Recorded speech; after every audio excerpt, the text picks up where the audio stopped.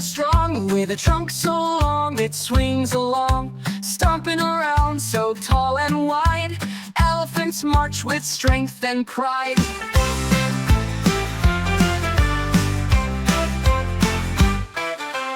E is for egg, smooth and round, cracked open softly without a sound. Breakfast delight, fresh and neat. Eggs are yummy and fun to eat.